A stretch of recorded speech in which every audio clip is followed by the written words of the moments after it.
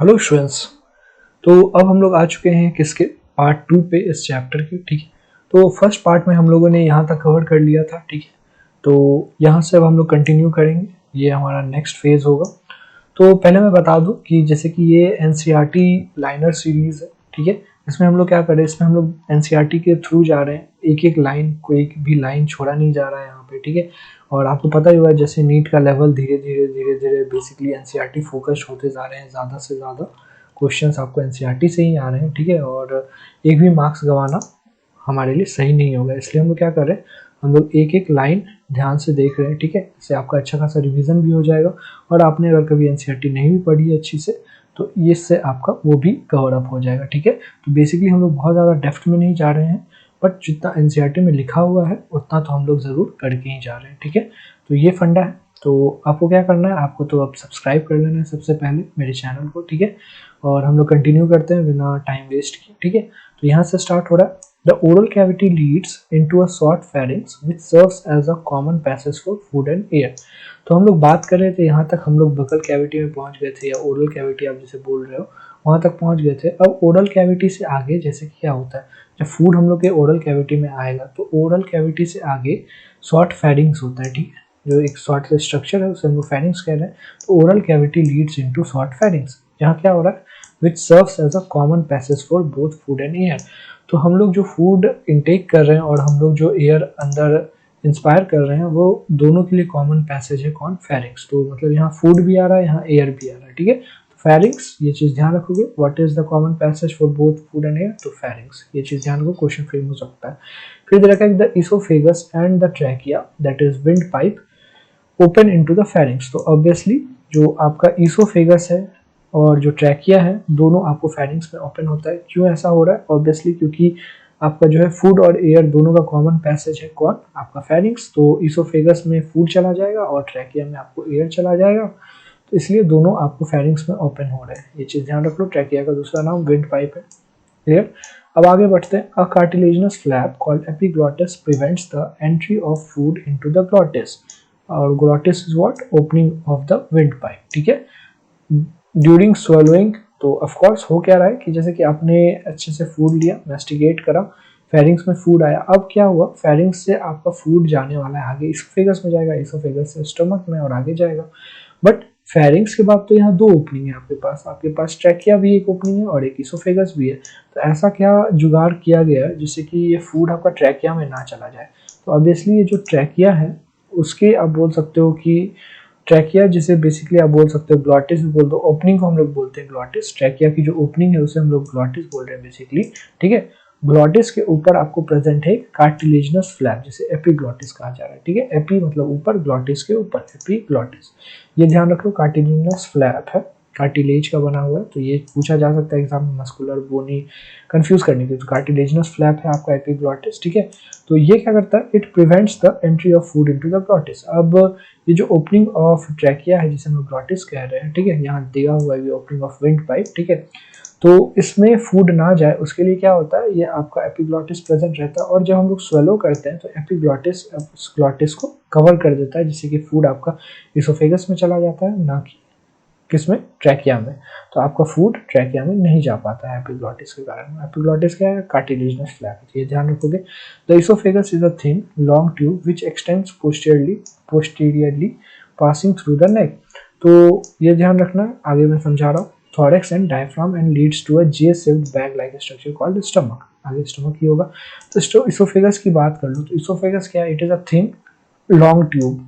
ठीक है, it is a thin and long tube which extends posteriorly, posterior part में रहता है ये चीज, ये ध्यान रखना। इंटीरियर पार्ट में आपका जैसे कि दो हो गए, आपके पाइप है दो, तो आगे जो है इंटीरियर पार्ट की तरफ वो वाला जो पाइप है वो ट्रैकिया है, और जो पोस्टीरियर पार्ट है, पोस्टीरियर की तरफ है, वो आपका जो है वो है आपका इसोफेगस। तो ये ध्यान रख लो, which extends posteriorly passing through the neck, obviously neck से पास करेगा, थॉरेक्स से पास करेगा, डायफ्राम से पास करेगा, and leads to a J-shaped bag like structure called stomach. Of course वो इसोफेगस कहाँ चला जाता है, वो आपको एक J-shaped बैग लाइक स्ट्रक्चर, जिसे हम लोग स्टमक कह रहे हैं, वहां पे पहुंच जाता है। ठीक है, अब स्टमक क्या है, तो stomach it is a muscular sphincter.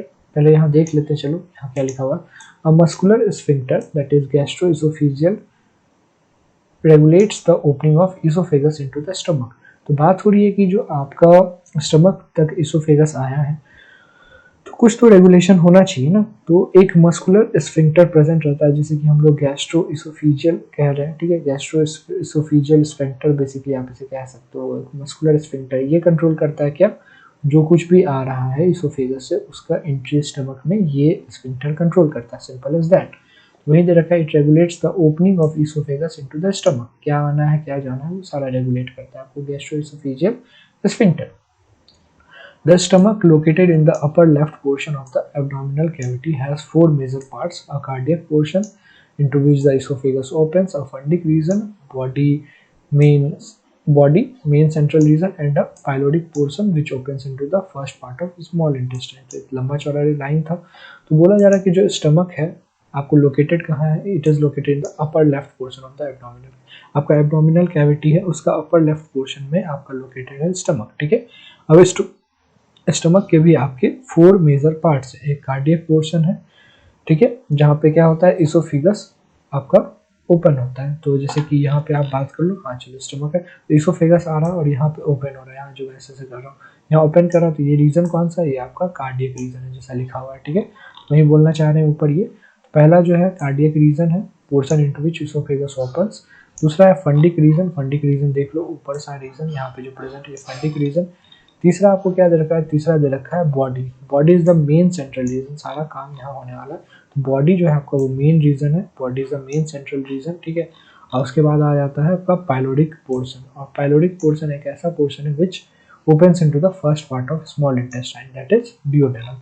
तो ये पाइलोडिक रीजन है, ये पाइलोडिक रीजन है पूरा का पूरा, ये पाइलोडिक रीजन है। और ये देख रहे होगे आप जैसे कि यहाँ पे डियोडेनम में ओपन हो रहा है, that is the first part of small intestine, ठीक है। तो ये आपको होपफुली समझ में आ गया होगा।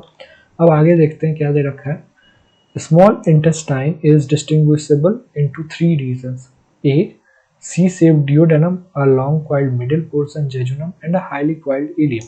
तो बोला जा रहा है कि जो स्मॉल इंटेस्टाइन है वो आपको 3 रीजन्स में डिवाइडेड है। एक सी शेप्ड का डियोडेनम प्रेजेंट है, एक लॉन्ग क्वाइल्ड कौन सा मिडिल पोर्शन जेजुनम प्रेजेंट है, और एक हाईली क्वाइल्ड इलियम प्रेजेंट है। इलियम का स्पेलिंग ध्यान रखना, इलियम बोन भी होता है उसका अलग स्पेलिंग है, और ये इलियम जो है स्मॉल इंटेस्टाइन उसका अलग स्पेलिंग है, तो यहाँ फंसाया जा सकता है। तो ILEUM इंटेस्टाइन वाला इलियम है, ठीक है, ध्यान रखना है आप लोगों को। तो स्मॉल इंटेस्टाइन का 3 पार्ट, डियोडेनम सी शेप्ड है। अब यहाँ कंफ्यूज कर देते हैं, डियोडेनम को कभी जे शेप्ड देते हैं, जे शेप्ड आपका स्टमक है, डियोडेनम सी शेप्ड है। लॉन्ग क्वाइल्ड मिडिल पोर्शन है जेजुनम, और एक हाईली क्वाइल्ड पोर्शन है इलियम। तो ये चीज ध्यान रखना, कभी कंफ्यूज कर दिया कि हाईली क्वाइल्ड है जेजुनम, नहीं, हाईली क्वाइल्ड इलियम है। The opening of the stomach into the duodenum is guarded by the pyloric sphincter. Of course जैसे ऊपर स्फिंक्टर प्रेजेंट था इसोफेगस जब स्टमक में ओपन हो रहा था, उसी तरह जब स्टमक आपका डियोडेनम में ओपन होगा तो वहाँ पे एक स्फिंक्टर प्रेजेंट होता है जिसका नाम है पाइलोडिक स्फिंक्टर। उसके बाद क्या देखा है कि ileum opens into the large intestine, it consist of caecum, colon and rectum.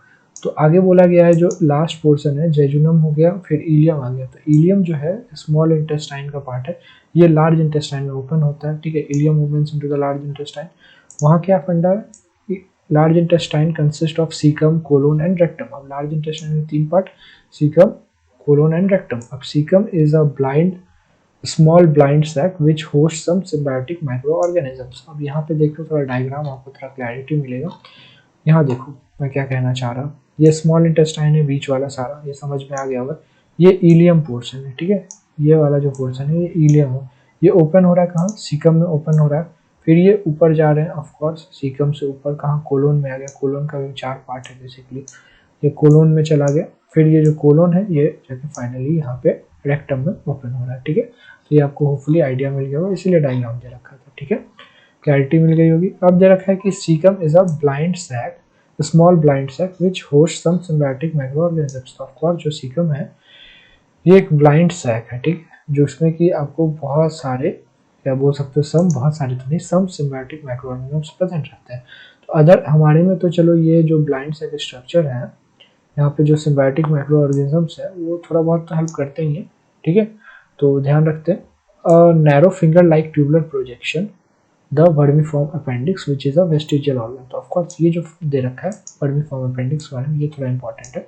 Vermiform appendix जो है ये हमारे जो आप बोल सकते हैं एंसेस्टर है उसमें फंक्शनल था, बट हमारे लिए वेस्टिजियल है, क्योंकि हमारे जो बोल सकते हो आपकी एंसेस्टर थे उन लोगों का फूड स्टाइल अलग होगा, वो लोग कुछ और खाया करते होंगे, तो उसमें रोल प्ले करता होगा वर्मीफॉर्म अपेंडिक्स, बट अभी कोई अपेरेंट रोल है नहीं, इसलिए वेस्टिजियल है। ठीक है, ऑब्वियसली सीकम से अराइज होता है, तो सीकम के बारे में पता चल गया। इसमें कुछ सिम्बायोटिक माइक्रो ऑर्गेनिजम्स हैं, फिंगर लाइक ट्यूबुलर प्रोजेक्शन है जिसे वर्मीफॉर्म अपेंडिक्स कह रहे हैं, जो कि वेस्टिजियल ऑर्गन है, तो ये सब हो गया। फिर क्या दरकार है, the caecum opens into the colon. अब बताया ही मैंने जैसे कि सीकम जो है आपका कोलोन में क्या करता है, ओपन होता है। फिर the colon is divided into 4 parts. Colon भी 4 पार्ट्स में डिवाइडेड है, ascending, transverse, descending and sigmoid colon. जैसा कि आप डायग्राम में देख पाओगे क्लियरली असेंडिंग के बारे में, ये रहा आपका असेंडिंग कोलोन, फिर आपका ट्रांसवर्स कोलोन हो गया, फिर ये आपका डिसेंडिंग कोलोन हो गया, फिर ये सिग्मॉइड कोलोन हो गया। ठीक है, फिर सिग्मॉइड कोलोन तक पहुंच गए अपन, 4 पार्ट में डिवाइडेड है। अब क्या होगा, the descending part opens into the rectum which opens out through the anus. तो यहाँ पे जो रखा है कि डिसेंडिंग पार्ट एज सच, मतलब इसमें डिसेंडिंग पार्ट में इन्होंने सिग्मॉइड को भी ले लिया है। ठीक है, आप ऐसा बोलोगे यार सिग्मॉइड उड़ा दिया इन्होंने, नहीं, मतलब डिसेंडिंग बेसिकली ये कहना चाह रहे हैं कि सिग्मॉइड इंक्लूडेड। आप स्पेसिफिकली जाओगे तो सिग्मॉइड ही ओपन हो रहा है आपका रेक्टम में, बट कोई नहीं, डिसेंडिंग पार्ट इन्होंने बस एक होता है बोलने के तरह से लिख दिया। ठीक है, which opens, अब rectum opens out through the anus, तो रेक्टम फाइनली आपका एनस में ओपन हो जाता है। तो ये बेसिकली आपका एक हो गया अच्छा खासा क्या पूरा अरेंजमेंट। ठीक है, तो ये आपका हो चुका है। तो अब हम लोग आगे पढ़ते हैं इसके आगे। ओके,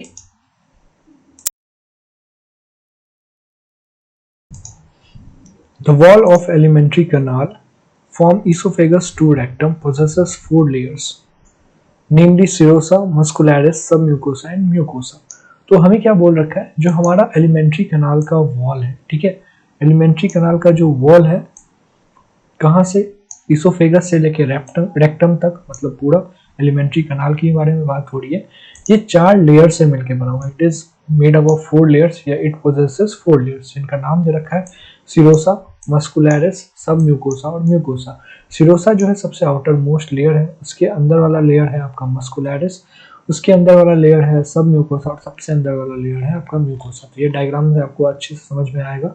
ये सबसे बाहर वाला पोर्शन है, ये सिरोसा है। ठीक है, अब उसके अंदर वाला लेयर जो है ये वाला जैसा आप देख पा रहे हो ये है मस्कुलरिस। अब मस्कुलरिस में भी कुछ फंडे हैं। ठीक है, मस्कुलरिस में क्या फंडे है, मस्कुलरिस में आपका जो आउटर पार्ट है वो लॉन्गिट्यूडिनल मसल्स का बना हुआ है और जो इनर पार्ट है वो सर्कुलर मसल्स का बना हुआ है। ठीक है, फिर उसके अंदर है सब म्यूकोसा और उसके अंदर भी है म्यूकोसा। ठीक है, और सबसे अंदर बेसिकली ये ल्यूमन हो गया, खाली जगह। ठीक है, जहाँ से फूड पास हो रहा है। ठीक है, तो ये आइडिया लग गया होगा आपको। तो अब स्टार्ट करते हैं और आगे। Serosa is the outermost layer and is made up of thin mesothelium epithelium of the visceral organs। तो देखो कितना अच्छे से एनसीईआरटी ने एक्सप्लेन कर रखा है। सिरोसा जो है सबसे आउटर मोस्ट लेयर है। ठीक है, और आउटर मोस्ट लेयर जो है होने के कारण ये मेसोथीलियम का बना हुआ है। मेसोथीलियम क्या है, it is the epithelium of visceral organs. जो भी विसरल ऑर्गन्स है उसके एपिथीलियम को हम लोग मेसोथीलियम कह रहे हैं। ठीक है, ऑब्वियसली और क्या present with some connective tissues, तो उसमें कुछ कनेक्टिव टिश्यूज भी प्रेजेंट है, ये मत भूलना। तो कनेक्टिव टिश्यूज भी है और मेसोथीलियम भी है। उसके अंदर वाला लेयर था मस्कुलरिस। तो muscularis is formed by smooth muscles usually arranged into a inner circular and outer longitudinal layer. जैसा मैंने बता दिया ये स्मूथ मसल्स का बना हुआ है। आपका जो आउट इनर लेयर है वो सर्कुलर है, मतलब सबसे अगर बात करो आप यहाँ से सिरोसा से, तो सिरोसा के बाद आपका आ जाएगा क्या, लॉन्गिट्यूडिनल लेयर, और उसके अंदर आएगा आपका inner layer that is what, circular layer. ठीक है, तो मैंने याद रखा है जैसे लॉन्गिट्यूडिनल में ओ है तो इसलिए वो आउटर है, लॉन्गिट्यूडिनल का ओ और आउटर का ओ, तो इससे ध्यान रह जाएगा। और इनर सर्कुलर, तो ये मस्कुलरिस का हो गया। फिर ये भी दे रखा है कि एन ऑब्लिक मसल लेयर में be present in some regions. तो oblique muscle layer of course या क्रंचिंग मूवमेंट की ज़्यादा जरूरत है वो स्टमक में, तो स्टमक में प्रेजेंट होता है ऑब्लिक मसल लेयर। तो एन ऑब्लिक मसल लेयर में be present in some region. Some region में बेसिकली आप समझ लो स्टमक की बात हो रही है। ठीक है, यही मस्कुलरिस में ही कहीं कहीं ऑब्लिक लेयर प्रेजेंट रहता है। तो वो स्टमक का अगर देखोगे, स्टमक के मस्कुलरिस में ऑब्लिक मसल भी प्रेजेंट रहेगा। The submucosal layer is formed of loose connective tissues containing nerves, blood and lymph vessels। तो जो आपका सबम्यूकोसल लेवल होता है ठीक है। लेयर जो होता है सब म्यूकोसा का जो लेयर है मस्कुलरिस के अंदर, ये किससे बना हुआ है? ये आपको लूज कनेक्टिव टिश्यूज से बना हुआ है, जो कि क्या कंटेन करते हैं? जो कि नर्व्स कंटेन करते हैं, ब्लड कंटेन करते हैं और लिम्फ वेसल्स कंटेन, ब्लड मतलब ब्लड वेसल्स कंटेन करते हैं और लिम्फ वेसल्स भी कंटेन करते हैं, ठीक है। और स्पेशली ये बात ध्यान रखो कि in duodenum glands are also present in submucosa. तो ये चीज ध्यान रखना, सब म्यूकोसा में कहीं भी कोई ग्लैंड प्रेजेंट नहीं है, बट डियोडेनम में सब म्यूकोसा में ग्लैंड प्रेजेंट है। तो ये यूनिक क्वेश्चन है और आ सकता है। फिर देखा the inner most layer lining the lumen of the alimentary canal is the mucosa. सबसे अंदर वाला लेयर जिससे जो ल्यूमेन के डायरेक्ट कांटेक्ट में है तो वो है mucosa. This layer forms irregular folds rugae, ठीक है। तो ये जो है लेयर, म्यूकोसा वाला जो लेयर है, ये इरेगुलर फोल्ड्स बनाता है रगे, जो कि आप देख पा रहे होंगे यहाँ पे, ये ठीक है। ये जो देख रहे हो एकदम इरेगुलर सा जो फोल्ड है, ये मैं ये जैसे कि पिन पॉइंट कर पा रहा हूँ, ये जो है आपका यही हो जाता है, इसे हम लोग रगे कह रहे हैं। अब इससे क्या हो रहा है, स्टमक में ये रगे बनाता है, ये चीज ध्यान रखो। This layer forms irregular folds rugae in the stomach, ठीक है। तो रगे बेसिकली, ये तो खैर विलाई हो गया, स्पेसिफिकली बात कर लो, बट रगे कुछ ऐसा ही स्ट्रक्चर होता है, जब आप टंग से टच करोगे अपने किसको, सॉफ्ट पैलेट को तो नहीं टच कर पाओगे, जैसे कि हार्ड पैलेट को ही टच करोगे तो उसमें हल्का हल्का रगे रहता है, बट स्टमक में बहुत ज्यादा रहता है, ठीक है। तो अभी तो आप इमेजिन ही कर सकते हो इसे, तो इमेजिन कर लेना। तो the layer forms irregular folds rage in the stomach and small finger-like foldings called villi in the small intestine। हाँ, तो स्पेसिफिकली ये जो मैं है, तो ये मैं तभी से रगे रगे बोल रहा था, नहीं ये स्पेसिफिकली विलाई है, ये चीज ध्यान रखो। ये फिंगर लाइक प्रोजेक्शन विलाई, रगे हम लोग इमेजिन ही कर पा रहे हैं अभी, थोड़ा सा 2D में बनाने में थोड़ा मुश्किल है, ठीक है। तो उसे विलाई कह रहे हैं, और स्मॉल फिंगर लाइक फोल्डिंग्स हो गया, ऑब्वियसली स्मॉल इंटेस्टाइन में प्रेजेंट रहेगा। तो the cell linings the villi produce numerous microscopic projections called microvilli giving a brush border appearance। तो ये जो विलाई है, ठीक है, जैसे कि मैं यहाँ आप पॉइंटर को नोट कर सकते हो, जैसे पॉइंटर है, ठीक है। तो जैसे विलाई है, तो विलाई पे भी आपको सेवरल न्यूमरस छोटे छोटे प्रोजेक्शंस प्रेजेंट है, जिसे माइक्रोविलाई कह रहे हैं। और माइक्रोविलाई जो प्रेजेंट है वो आपको ब्रश बॉर्डर अपीयरेंस दे रहा है, ठीक है। तो इतना ज्यादा विलाई और माइक्रोविलाई से क्या ही फायदा पड़ रहा है, तो ये हो रहा है कि ये जो मॉडिफिकेशंस है, this increases the surface area enormously. तो ये सरफेस एरिया को एकदम बहुत ज़्यादा बढ़ा देते हैं। अब सरफेस एरिया बढ़ जाएगा तो क्या होगा, ज़्यादा से ज़्यादा एब्जॉर्प्शन हो पाएगा। Villi are supplied with a network of capillaries and a large lymph vessels called lacteal. तो विलाई का आप जैसे डायग्राम देख रहे हो, sectional of small intestine mucosa स्वयं विलाई। तो विलाई में जैसे आप देख पा रहे हो, विलाई में यहाँ पे आपको एक लार्ज वेसल प्रेजेंट है, लिम्फ वेसल, जो कि लेक्टियल कहला है। फिर आपको कैपिलरीज भी प्रेजेंट है, जैसे कि आर्टरीज हो गए, वेन्स हो गया, ये प्रेजेंट है। रेड वाला आर्टरी है, ब्लू वाला वेन है, और येलो वाला जो आपका लेक्टियल है, तो ये आप देख पा रहे हो, ठीक है। Mucosal epithelium has goblet cells with secrete म्यूकोशन दैट हेल्प इन लुब्रिकेशन। तो ये एक एक्स्ट्रा पॉइंट हो गया। आपको जो म्यूकोसा का जो एपिथेलियम है, ये आपको गॉबलेट सेल्स भी रखता है, जो कि म्यूकस सिक्रीट करता है। और म्यूकस कितना ज़्यादा हेल्प करता है लुब्रिकेशन में, जानते ही हो। तो ये क्या करता है, आपको फूड स्मूथली आराम से इधर उधर जा सके, उसके लिए हेल्प कर रहा है। Mucosa also forms glands in the stomach, gastric glands. ये जो म्यूकोसा है, ये ग्लैंड्स भी बना रहा है स्टमक में, जिसे हम लोग गैस्ट्रिक ग्लैंड्स कह रहे हैं। और साथ ही साथ crypts in between the base of villi in intestine, जिसे हम लोग क्रिप्स ऑफ लिवरकम कहते हैं। तो दो विलाई जिससे प्रेजेंट है, यहाँ आप देख पा रहे हो, एक विलाई ये है, दूसरा विलाई ये है। दोनों के बीच में यहाँ बेस पे देखो, यहाँ पे क्रिप्स बने हुए हैं। क्रिप्स मतलब क्या हुआ, गड्ढा टाइप से क्रिप्स बने हुए हैं, और इसे क्रिप्स को हम लोग कह रहे हैं क्रिप्स ऑफ लिवरकुना। ये इंटेस्टाइन में ही होता है। All the 4 layers show modifications in different parts of the alimentary canal. तो ऑफ कोर्स कहीं ना कहीं, जैसे कि मस्कुलरिस में स्टमक में थोड़ा अलग वेरिएशन है, फिर सब म्यूकोसा में डियोडेनम में थोड़ा अलग वेरिएशन है, फिर म्यूकोसा का आपको स्टमक में अलग वेरिएशन, स्मॉल इंटेस्टाइन में अलग वेरिएशन, ये सारा वेरिएशन चलते रहता है, ठीक है। तो यहाँ तक हो गया है आपका। तो अब अगला पार्ट जो है, मतलब अगला जो चीज़ है, यहाँ डाइजेस्टिव ग्लैंड्स हम लोग पार्ट 3 में कंटिन्यू करेंगे, ठीक है। तो आपको क्या करना है, अच्छे से लाइक कर देना वीडियो को और सब्सक्राइब कर देना, ठीक है। Hope you will do well in your exams. Thank you.